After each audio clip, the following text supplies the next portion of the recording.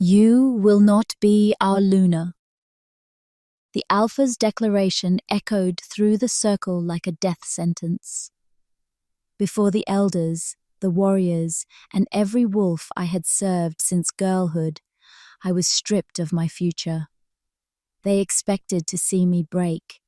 They expected tears, pleas, and the hollow shuffle of a discarded Omega retreating into the shadows where mistakes belong.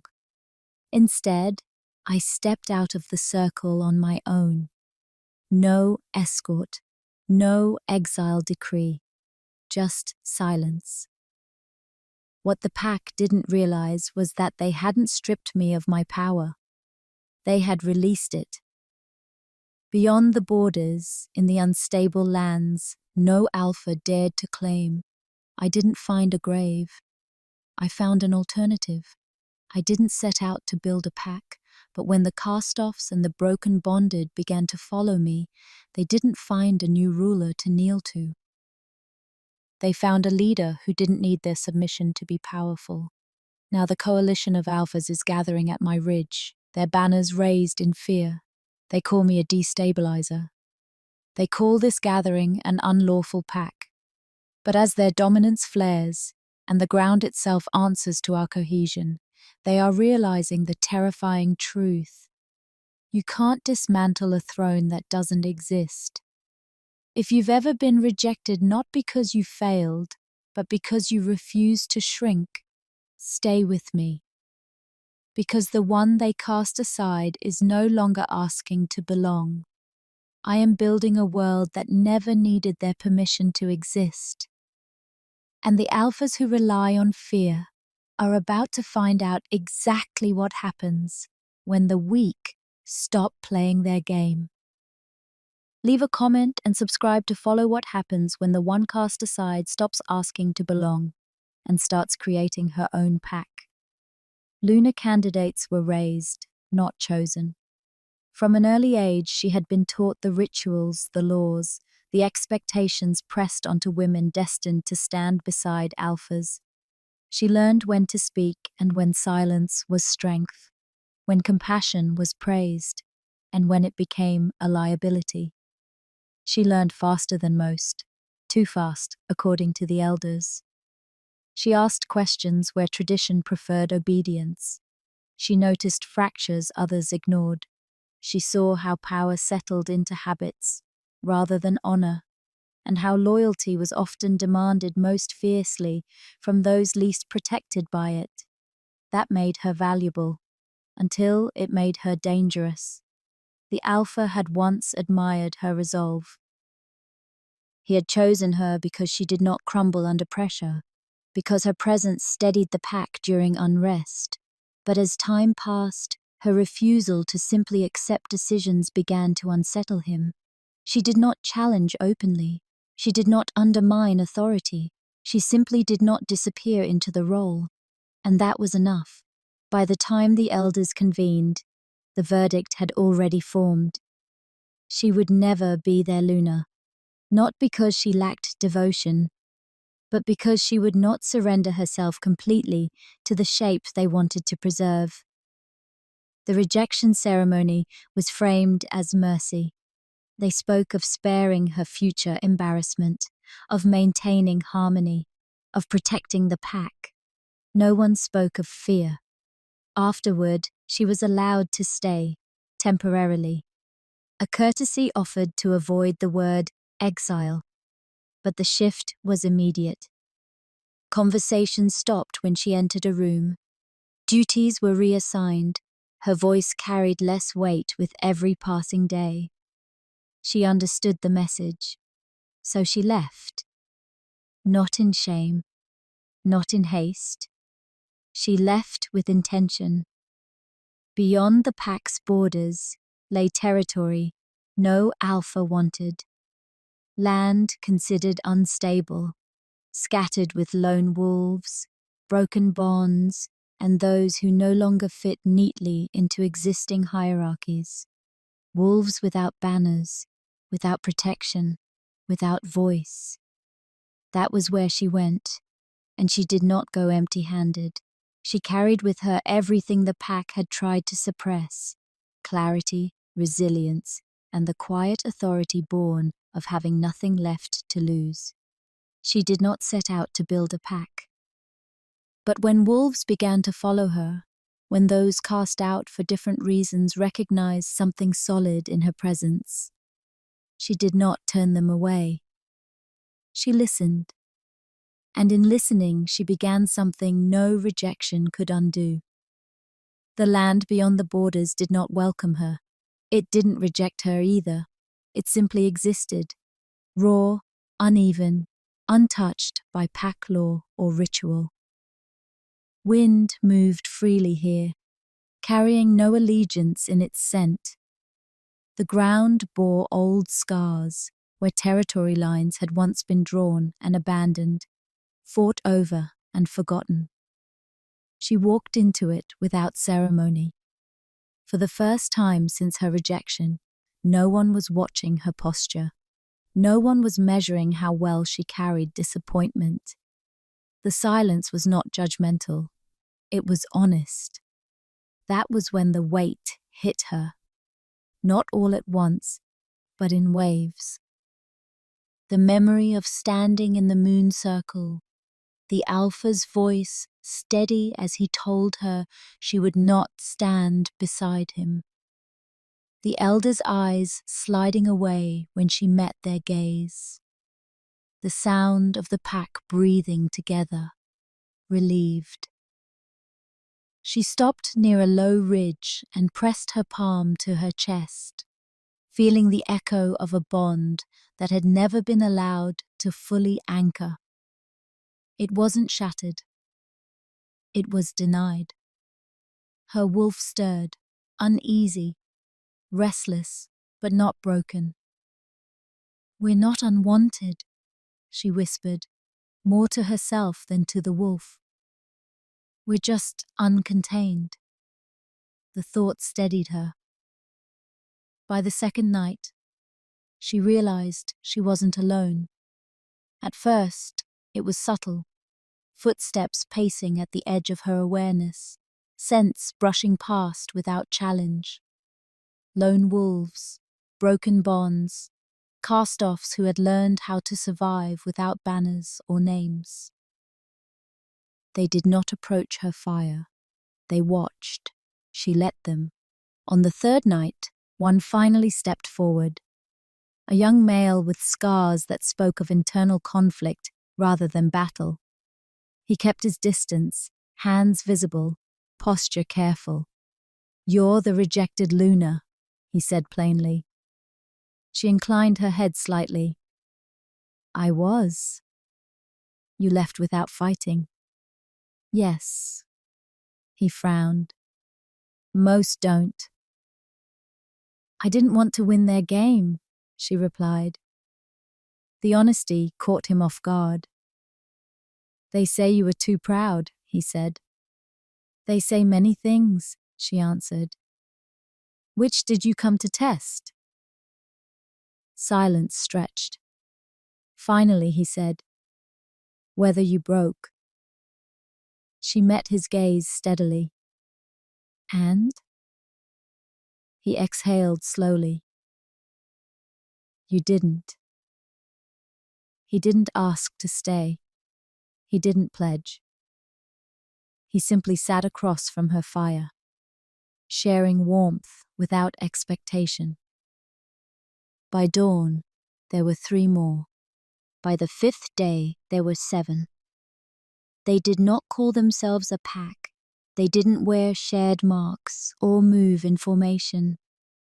They came and went as needed, cautious, observant, scarred in different ways, but united by one thing. None of them fit anymore. She didn't give orders.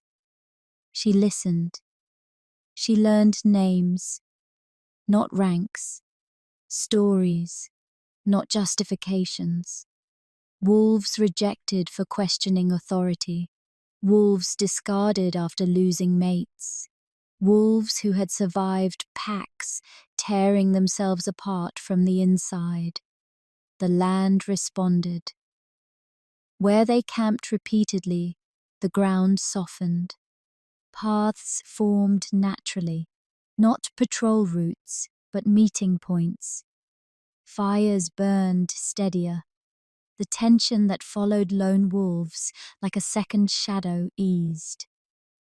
One evening, as the group sat in quiet conversation, a woman spoke up, older, her scent carrying the faint bitterness of long-held restraint. "You're not acting like an alpha," she said. "I'm not one," she replied. The woman shook her head. "No, you're doing something harder." Others nodded. That night, she felt it, an unfamiliar pressure, not tied to dominance or bond. Alignment. Not pulling inward like a mate bond, but expanding outward, connecting. She woke just before dawn with clarity burning behind her eyes. This wasn't accidental. The wolves who found her weren't drawn by chance. They recognized something she had only just begun to understand. Leadership that didn't demand submission still held. By the second week, scouts from her former pack began to appear at a distance. She noticed them, said nothing, let them watch. One afternoon, a young wolf approached her hesitantly. "They're saying you're gathering strays." She smiled faintly. "They said worse when I stood beside them." "They think you'll fail," he added. She looked around at the uneven circle forming near the fire. Wolves speaking openly, laughing softly, planning without fear. "Then they don't know what failure looks like," she replied. That night, under a thinner moon, she stood alone on the ridge and felt the truth settle into her bones. She hadn't been rejected because she lacked the right to lead. She had been rejected because she would have led differently. Behind her, the wolves gathered without being called. No one knelt, no one bowed, but they waited. And for the first time, she didn't step away from the space they left for her. The first real test came without warning. She felt it before anyone spoke of it. A tightening in the land, a subtle shift in scent that carried intent rather than threat. Territory pressure. Not an invasion. A question. By dawn, scouts had confirmed it. An alpha from the southern border had extended his patrols, not crossing lines outright but pressing close enough to make his presence felt. It was a familiar tactic. Measure the weak, test the unclaimed, see what bends. "They think we're scattered," one of the younger wolves said, pacing. "That will fold." "Or break," another added. She listened without interrupting, letting the tension surface fully before responding. "We're neither," she said at last. "But we don't answer posturing with posturing." A murmur of confusion followed. "They'll expect a challenge," the scarred male from her first night said. "Or retreat." "They'll get neither," she replied. She sent no patrol to meet the southern alpha, no warning, no show of force. Instead, she moved camp. Not as an escape, but as declaration. They shifted deeper into the unstable ground, choosing terrain packs avoided because it didn't favor dominance displays or large formations. The land there demanded awareness rather than control. When the Southern Alpha's scouts arrived, they found nothing but extinguished fires and faded scent. No sign of fear, no sign of weakness. Confusion spread quickly. "Why not confront them?" one of her wolves asked as they settled into the new camp. "Because confrontation validates their assumption that we need permission to exist," she said. "We don't." The answer unsettled some and steadied others. By the third night, more wolves arrived. Not refugees, observers. Alphas whose packs were cracking under rigid law, warriors tired of enforcing edicts they no longer believed in, wolves who sensed something forming and wanted to understand it before it solidified beyond reach. She did not promise safety, she promised honesty. If you stay, she told them plainly, you don't kneel, and you don't hide, but you don't dominate either. Some left immediately, others stayed.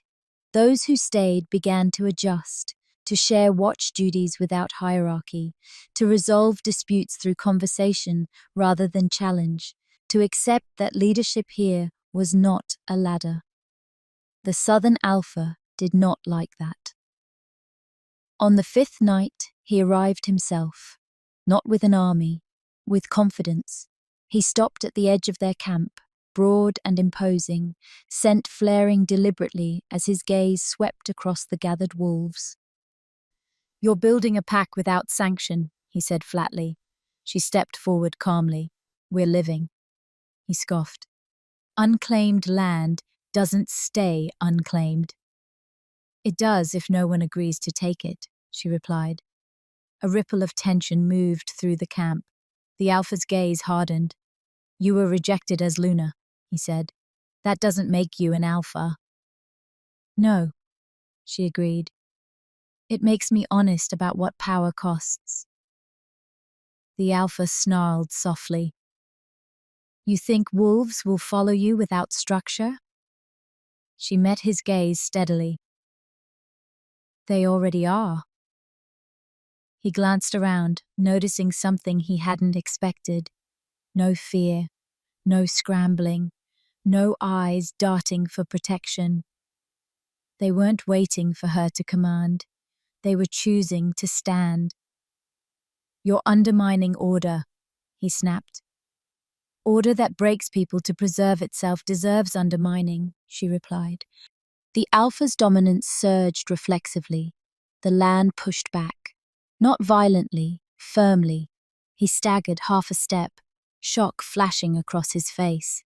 She felt it too, a collective grounding, the wolves around her instinctively aligning, not in submission, but cohesion. This territory doesn't respond to force, she said quietly. It responds to intent. The Alpha recovered quickly, pride masking surprise. This won't last, he warned. Packs like yours collapse. Packs built on fear do, she corrected. He turned and left without another word.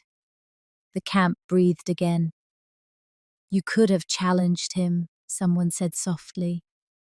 Yes, she replied, and won by his rules. Instead, she walked among the wolves, checking fires, listening to concerns, grounding the energy that lingered sharp in the air. Later, as the moon climbed higher, she stood alone at the ridge and acknowledged what had begun. This wasn't just a refuge. It was a counterweight, a way of existing that threatened every pack that relied on dominance disguised as tradition. Behind her, the wolves gathered, not in formation, not awaiting instruction. They were talking, planning, belonging. And somewhere beyond the hills, other Alphas were beginning to notice that a rejected Luna had not disappeared. She had reorganized the ground beneath them. Word spread faster than patrols ever could, not through messengers bound by loyalty, but through wolves who left and returned, carrying stories rather than commands. They spoke of a place where no one knelt and no one ruled by fear, where disputes were resolved without blood and strength was measured by endurance rather than dominance. Packs listened. Alphas pretended not to. By the 3rd week, pressure came from 2 sides. From the north, a fractured pack sent envoys, not warriors, but elders whose authority had thinned to suggestion. They arrived wary, carrying grievances wrapped in politeness. "We don't seek to join you," one said carefully. "We want to understand you." She nodded. "Then listen." They stayed for 2 nights, watched how decisions were made, how conflict was addressed openly rather than punished privately, how no single voice ended discussion, yet order still emerged. When they left, their scent carried something new. Doubt. From the east came a different kind of pressure. A hunting party from her former pack crossed into the unclaimed ground at dawn, not aggressive, but deliberate. They didn't hide their approach. They wanted to be seen. She noticed before anyone alerted her. "They're here," she said quietly. The wolves around her tensed, not in fear, but readiness. "Do we confront?" someone asked. "No," she replied. "We receive." She walked to meet them alone. The hunting party halted when they saw her. 6 wolves she knew by name. Some had once trained beside her. One had sworn loyalty to her during the lunar trials. "You're not supposed to be here," one said uneasily. "I know," she replied. The words hung heavier than accusation. "They're saying you're gathering power," another added. "That you're planning to challenge." She shook her head. "I'm not challenging anything." "Then what are you doing?" the first asked, frustration edging his voice. She gestured behind her, to the camp, the wolves speaking freely, the fires burning without guards. "I'm proving something doesn't need to be conquered to exist." The hunting party exchanged glances. "They won't tolerate this," someone said quietly. "I know," she replied. One of them stepped forward, the one who had sworn loyalty before. "They rejected you," he said. "Why don't you want revenge?" She met his gaze steadily. "Because revenge still centers them." Silence stretched. "We don't want to fight you," he said finally. "Then don't," she replied. "But don't pretend you don't see what's happening either." The party withdrew slowly, confusion trailing them like scent. That night, the tension shifted. Wolves began to argue openly, not angrily, honestly. Some worried about retaliation. Others questioned how long they could remain unclaimed. A few voiced fear that without formal hierarchy, they would fracture under pressure. She let every concern surface. Then she spoke. "We're not a pack yet," she said, "and that's intentional." Murmurs followed. "Packs form around alphas," someone argued. "No," she replied. "They form around trust.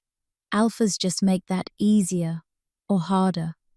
She moved to the center of the camp, grounding herself deliberately. "If you want a name, a banner, a claim, I won't stop you. But understand this. The moment we define ourselves against others, we invite their rules." Silence followed. The scarred male from the first night spoke. "Then what are we?" She considered the question carefully. "We're a convergence." The words settled slowly. A place wolves can come to remember who they are, without being reshaped. No one argued. That was when the land answered. A low vibration ran through the ground, subtle, steady. Not magic. Resonance. The wolves felt it and stilled, breaths aligning unconsciously. She felt it settle into her spine. This was no longer coincidence. Later, as she walked the perimeter alone, a familiar presence brushed the edge of her awareness. Controlled, distant, unmistakable. The enemy Alpha. He emerged from the shadows without fanfare, gaze taking in the camp, the wolves, the rhythm. So it's true, he said quietly. You didn't build a pack. She met his gaze calmly. They built themselves. A pause. That's more dangerous, he said. Yes, she agreed. He studied her for a long moment. They'll come for you. I know. And you won't run. No. Good, he said simply. She frowned slightly. You're not here to claim. No, he replied. I'm here to witness. He turned to leave, then stopped. When they force a choice, he added, don't choose silence. She nodded. I won't. As he disappeared back into the dark, she felt the weight of what was forming settle fully. Not a rebellion, not a challenge, a center. And centers, she knew, reshaped everything around them. The first demand arrived at dawn. Not delivered by messenger, but by boundary pressure so deliberate it could not be ignored. Patrol lines from 3 neighboring packs tightened simultaneously, their scents pressing into the unclaimed ground like a coordinated question. Who are you, and why are you still here? The wolves in her camp felt it instantly. Conversations slowed, movements sharpened. Old instincts, those carved by years of hierarchy and consequence, rose to the surface. She called no meeting. Instead, she walked. She moved through the camp at an unhurried pace, acknowledging each wolf she passed. A nod here, a hand on a shoulder there. She didn't give instructions. She didn't need to. The wolves adjusted around her naturally, attention aligning without force. They're boxing us in, someone said quietly. Yes, she replied. They want to see if we panic. Another voice followed, tighter. Or declare. She stopped near the central fire, turning slowly to face them. They want us to define ourselves on their terms. Silence gathered. We won't, she said calmly. By mid-morning, envoys arrived. 3 alphas, each accompanied by minimal guard. Their approach deliberate and public. They stopped at the edge of the camp, eyes sweeping the gathered wolves with thinly veiled calculation. The southern alpha spoke first. You're creating instability. She met his gaze evenly. You're reacting to it. A murmur rippled through the camp. You were rejected as Luna, another alpha said. You don't have the authority to. I don't have authority, she agreed. I have alignment. The third alpha scoffed. That's a pretty word for chaos. She gestured around them. Does this look chaotic to you? They looked and hesitated. No snarling, no posturing, no defensive clustering. Just wolves standing comfortably in shared space. This can't continue, the southern alpha said sharply. You're drawing wolves away from established packs. I'm not drawing anyone, she replied. I'm not stopping them from leaving. That's the same thing, he snapped. No, she said quietly. It's the opposite. The envoys exchanged glances. You have 3 choices, she continued. Ignore us, observe us, or attempt to dismantle us. And if we choose the third? The northern alpha asked. She met his gaze steadily. Then you'll have to explain why wolves chose this over what you offered. The truth struck harder than threat. The southern alpha's dominance flared reflexively and was met with nothing. No resistance, no submission. The camp did not react. That unsettled him more than challenge ever could. "This is unsustainable," he said finally. "Yes," she agreed, "for systems built on control." The envoys withdrew without agreement, tension thick in their wake. The moment they were gone, the camp exhaled. A younger wolf stepped forward, uncertainty flickering in his eyes. "They'll come back, with force." "Eventually," she said, "but not today." "And when they do?" She looked around at the wolves gathered, at faces that no longer waited for permission. "Then we stand exactly as we are," she replied. That night, the enemy alpha returned. He stood at the edge of the firelight, arms crossed, gaze intent. "They're coordinating," he said. "This isn't curiosity anymore." "I know," she replied. "You could claim territory," he continued. "Name yourself, force recognition." She shook her head. "Then we become something they understand how to fight." "And what are you now?" he asked. She met his gaze. "Something they can't categorize." He studied her for a long moment, then nodded once. "You're forcing a reckoning." "Yes." "With or without blood," he added. "Preferably without," she said.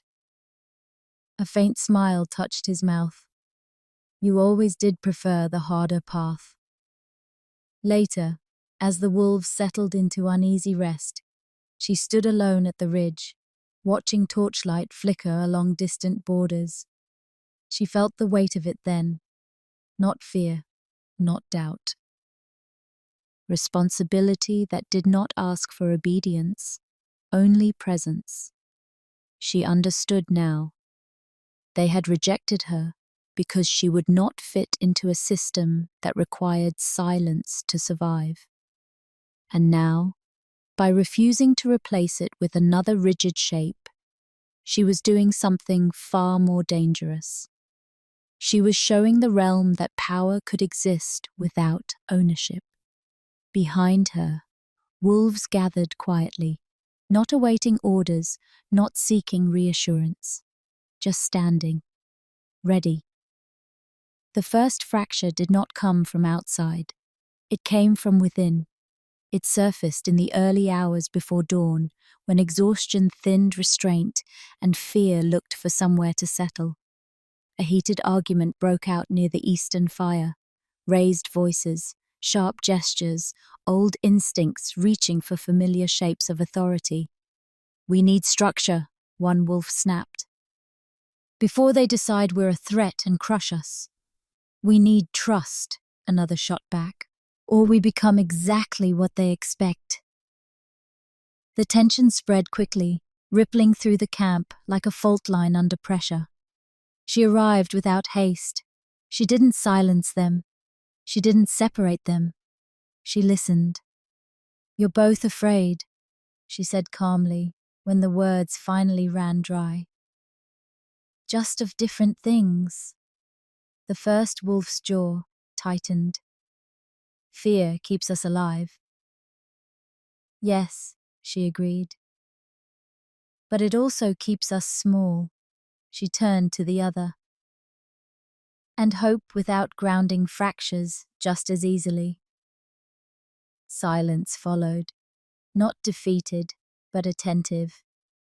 "This is the cost of what we're building," she continued. "No one absorbs conflict for you. We face it together." No decree followed, no punishment. The wolves dispersed slowly, tension easing, not because it had been erased, but because it had been acknowledged. Later that morning, scouts returned with urgent news. A coalition was forming, not a formal alliance, but a convergence of packs threatened by what she represented. They weren't planning an immediate strike. They were discussing containment, narrative control, reclassification. "They're calling you a destabilizer," the scout reported. A rogue influence. She nodded. That's kinder than the truth. And what is the truth? Someone asked. That they can't make us disappear quietly, she replied. The enemy Alpha arrived shortly after, his presence sharp, focused. They're debating whether to force you into open declaration, he said. Name yourself or be named. She exhaled slowly. I won't let them define us. Then they will escalate, he said. Yes, she replied, and reveal themselves. That afternoon, a delegation arrived from a fractured pack to the north. Not envoys, but refugees, families, children, wolves whose bonds had snapped under oppressive rule. They didn't ask permission. They asked if they could stay. The camp shifted to accommodate them. Space made, food shared, watch duties adjusted without instruction. No one questioned the influx. The enemy Alpha watched quietly. You're becoming something they can't uproot without looking like tyrants. That was never the goal, she said. No, he agreed. That's why it works. That night, the coalition made its move, not with soldiers, but with proclamation. Messengers arrived bearing sealed declarations labeling her gathering as an unlawful pack operating outside recognized law. They want justification, someone said bitterly. They want obedience, another added. She took the declaration and read it carefully. Every clause, every carefully chosen word. They're afraid of precedent, she said finally. Not us. And what do we do? A voice asked. She folded the document and placed it into the fire.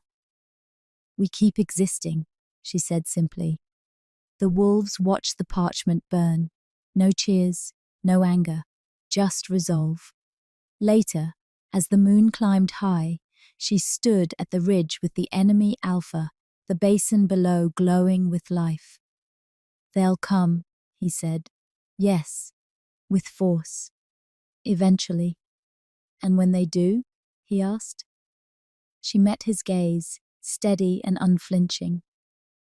They'll have to fight something they don't understand. He nodded slowly. You're not building a pack anymore. She felt it settle fully into her bones, the truth she had been circling since the night she was rejected. No, she said, I'm building an alternative. Below them, wolves moved with purpose, children laughing softly near the fire, elders speaking openly, warriors resting without vigilance, sharpened into fear. The realm had never seen this before, and it terrified those who relied on fear to rule. She did not know what the coming days would demand. She only knew this. They had rejected her as Luna because she would not preserve a system that consumed its own. And now, by refusing to replace it with another throne, she had done something far more disruptive. She had shown wolves a way to belong without surrendering themselves. The night held its breath, and somewhere beyond the borders, the coalition finalized its decision. The coalition chose force at dawn. Not an invasion, yet a show of inevitability. Patrols appeared along every ridge surrounding the basin, banners raised openly, scents layered thick with dominance and declaration. They did not cross the unclaimed ground. They didn't need to. The message was clear. You are surrounded by definition. The camp woke into it slowly. Wolves emerged from shelters, eyes lifting to the ridgelines, tension threading through the air like static. Children were pulled closer. Warriors stood, not forming ranks, but closing distance to one another. She felt the pressure settle, not as fear, but as weight. They want us to kneel without being asked, Kareth said quietly at her side. Yes, she replied. So they can call it voluntary. The enemy Alpha joined them. Gaze cold and calculating. They're trying to provoke a declaration, an Alpha, a banner, something they can legally dismantle. She nodded. They want a target, and you won't give them one, he said. No, she replied, but I'll give them witnesses. She stepped forward into the open basin, raising her voice, not in challenge, not in command. If you came to threaten us, she called to the ridges, do it openly. A murmur ran along the lines. One Alpha stepped forward, dominance flaring deliberately. You are harboring an unlawful pack, he declared. Stand down and disperse. She met his gaze steadily. We're not a pack. The Alpha sneered. Then what are you? She took a breath and answered truthfully. A convergence, wolves choosing not to be owned. The answer unsettled more than defiance ever could. You're destabilizing the realm, another Alpha shouted. No, she replied calmly. You're destabilized because you can't control this. The enemy Alpha did not intervene. Neither did Kareth. This was hers to carry. A third Alpha stepped forward, older, eyes sharp with calculation. Name yourself, he demanded, or be named. She smiled faintly. You've already named me. She gestured toward the families behind her, toward the elders, the lone wolves, the children. They call me many things, she continued. Rogue, destabilizer, threat. If you need a title to justify what you intend to do, choose one.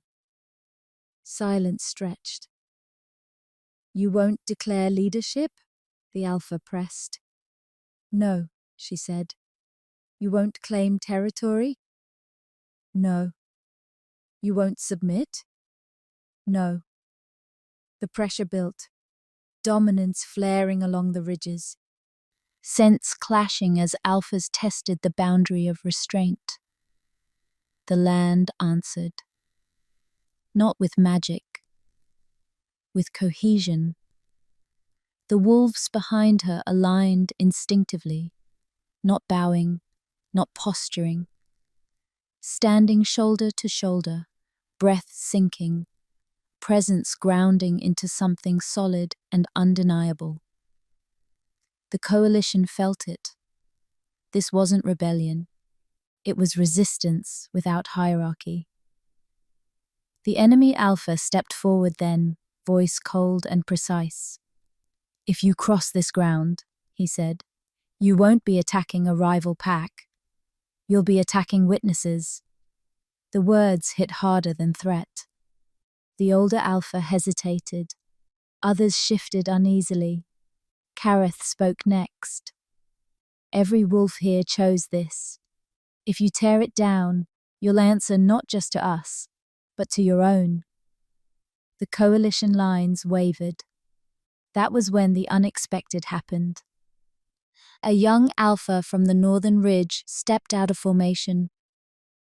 We won't advance, he said flatly. Gasps rippled. You don't speak for... Another Alpha snarled.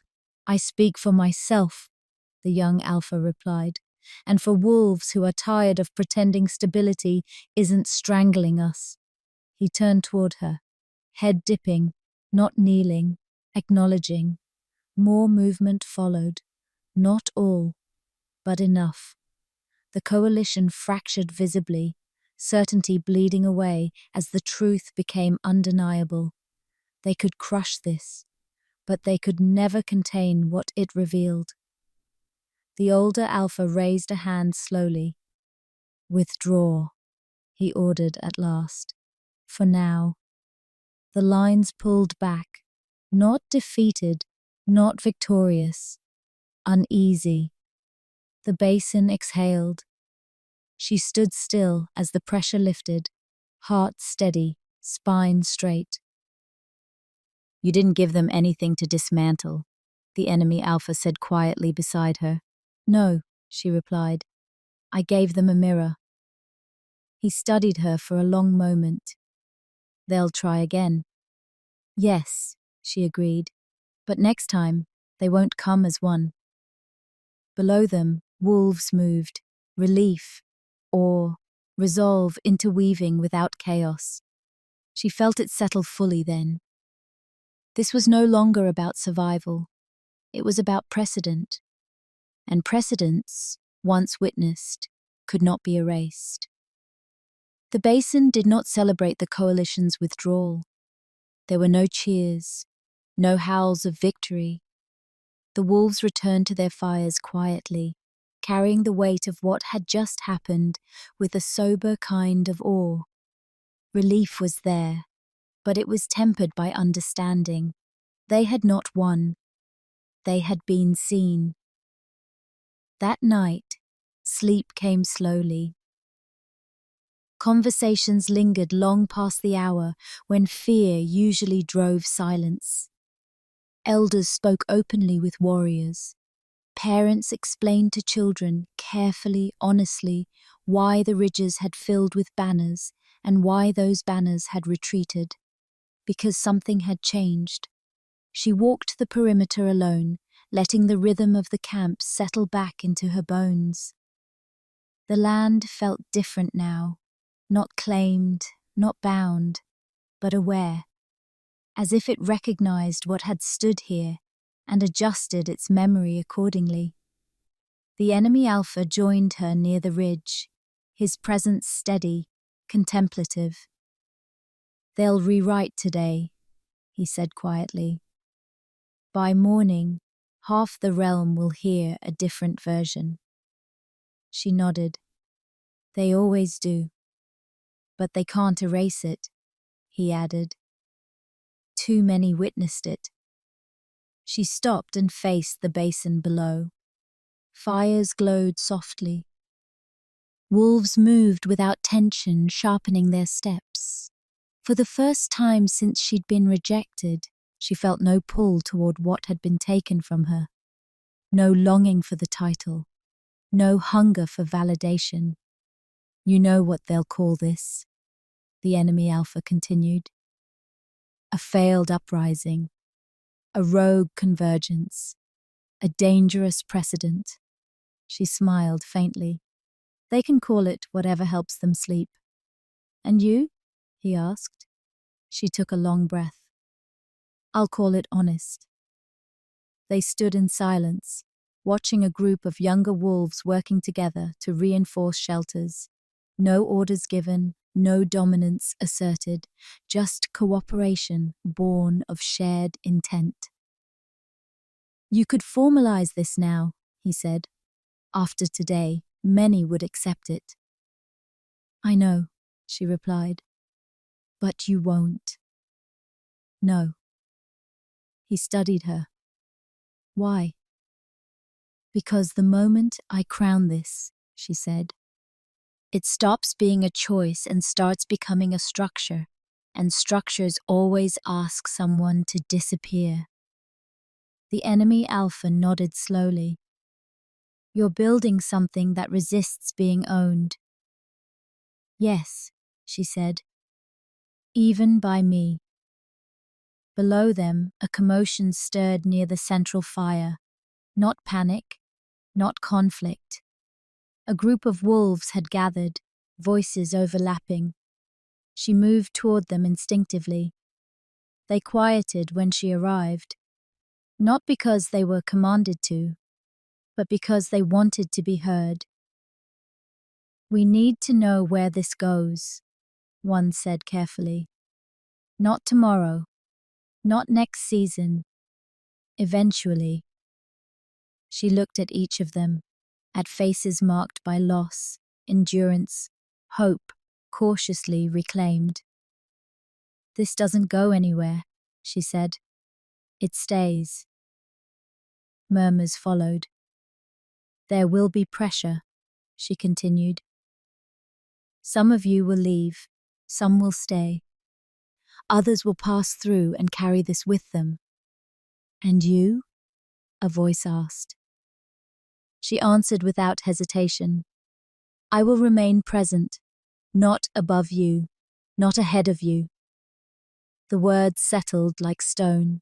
That was when someone did something unexpected. An elder stepped forward, not from her former pack, not from any recognized council. A woman with silver-threaded hair and eyes sharp with lived experience.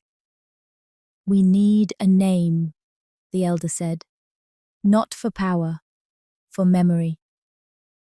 Silence followed. She considered it carefully. Call it what it is, she said finally. A pack built by choice. The elder nodded. Then let it be remembered. No oath was sworn, no ritual performed, but something anchored. At dawn, wolves began to leave, not in fracture, not in flight, carrying the story outward, carrying the precedent. Carrying proof that rejection had not ended her. It had clarified her. The enemy alpha watched them depart, then turned to her. You've done what most rulers never manage. She raised a brow slightly. What's that? You made yourself unnecessary, he said. She smiled, this time without restraint. That was always the point. They stood together as the sun rose fully, light spilling across the basin where a different kind of order now breathed. She had been rejected as Luna because she would not preserve a system that consumed dissent to survive. So, she had built something else. Not a throne, not a banner. A place where wolves could stand without asking who they belonged to. And the realm, fractured, uneasy, watching, would never forget that it had seen it. Rejected as Luna, she did not beg to be chosen. She built a pack that chose itself, and in doing so, forced the realm to remember that power does not begin with crowns, but with the courage to stand without one.